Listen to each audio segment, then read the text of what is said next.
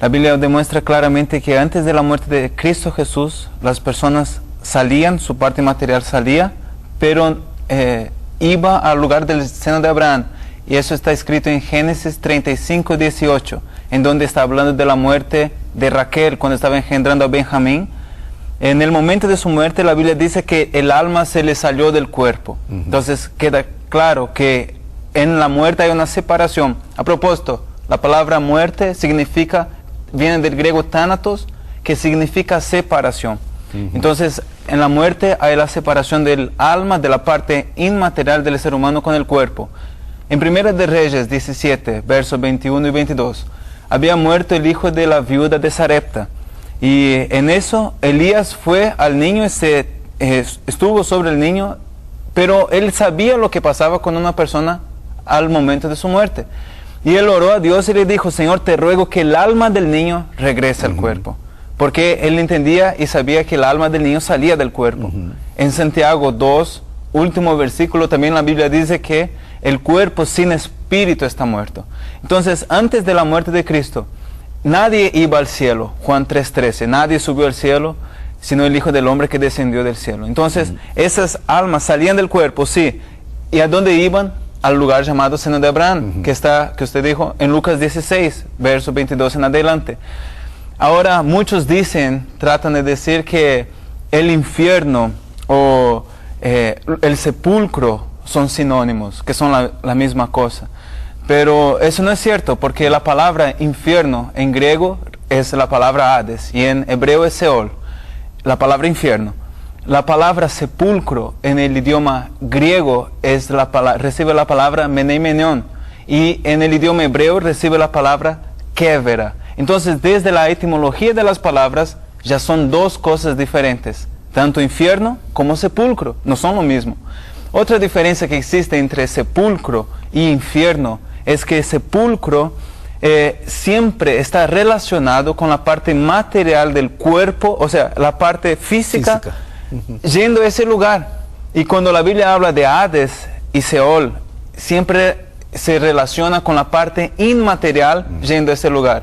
En Hechos 2:27 Jesucristo dijo: no dejarás mi alma en el Hades. Mira, parte inmaterial yendo al Hades.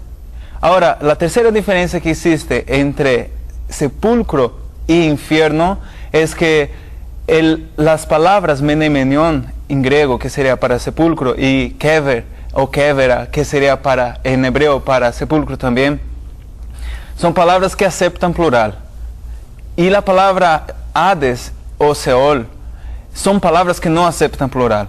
Entonces, usted podrá encontrar, él compró 5 keveres, 5 sepulcros, pero no podrá encontrar, él compró 5 Hades, porque son palabras que no aceptan plural, designando un lugar único.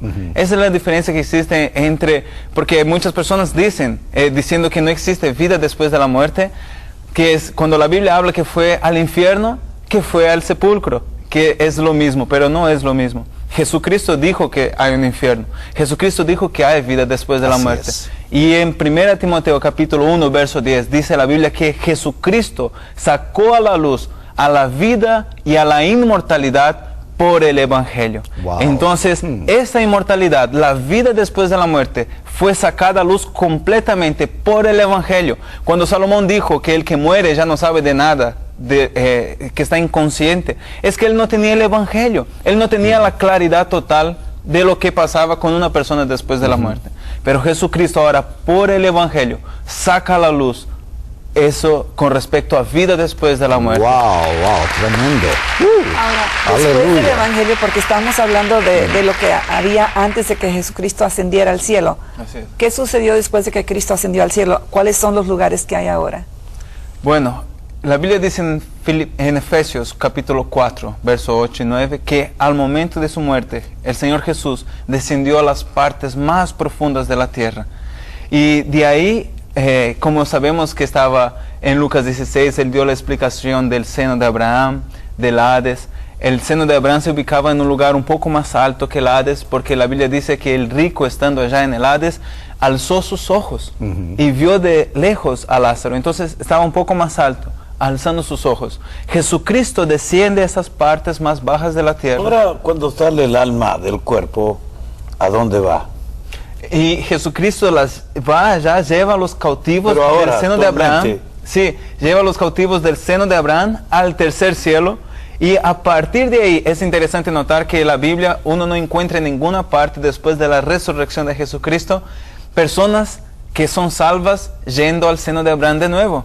Por el contrario, la dirección para los que mueren en Cristo Jesús es otra, es con el Señor Jesús. Pablo dijo, aleluya, en el tercer gloria cielo. a Dios. En el tercer cielo. Pablo dijo, O sea que ahora eso era para el tiempo, ¿verdad? Exacto, antes de la resurrección. Exacto, era para el Antiguo Testamento. Nuestro Señor Jesucristo nos trae el nuevo pacto, ¿verdad? Nos trae a la gracia y ahora nosotros, de fue rasgado aquel velo, entramos directamente al santuario de Claro, Dios. Filipenses tercer 1:23, quiero partir y estar presente al Señor, y 2 Corintios 5:12, 5:6 y Wow. verso 7. Si se deshace esta casa, tenemos otra preparada arriba. Pero sigue existiendo el infierno. Claro. O sea que ya no está el seno de Abraham, está el tercer cielo, pero el Hades El seno de Abraham está vacío. vacío.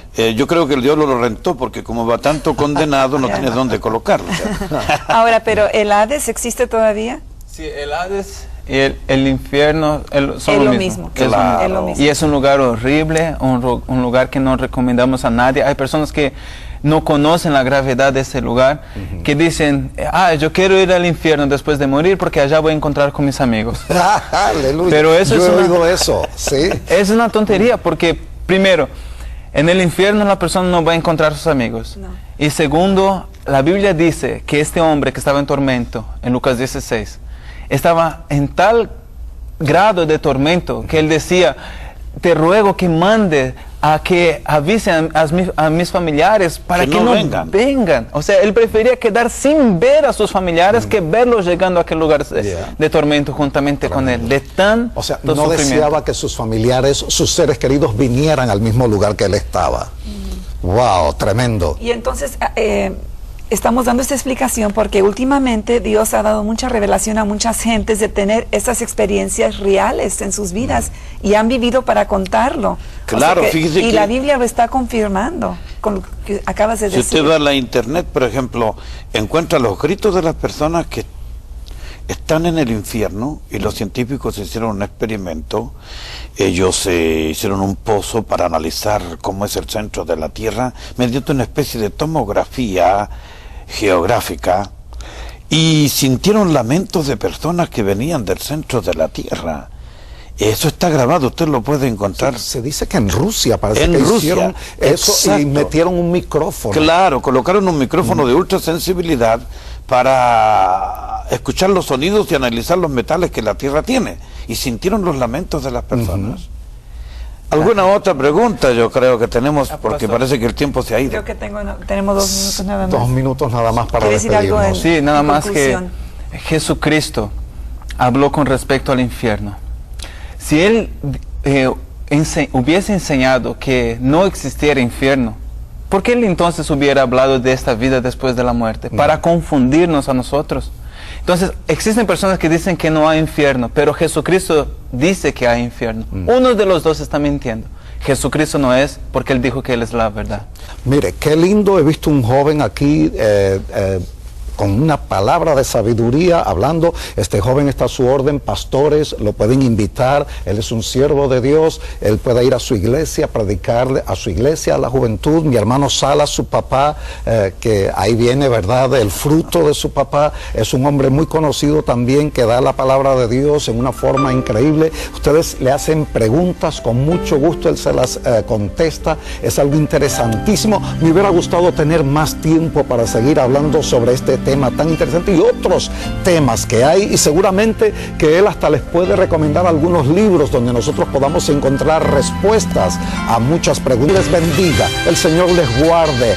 La vida es real y la vida eterna es real también. Preparémonos para la vida eterna. El Señor les bendiga, el Señor los guarde. Cristo es el camino, la verdad y la vida. El Señor les bendiga.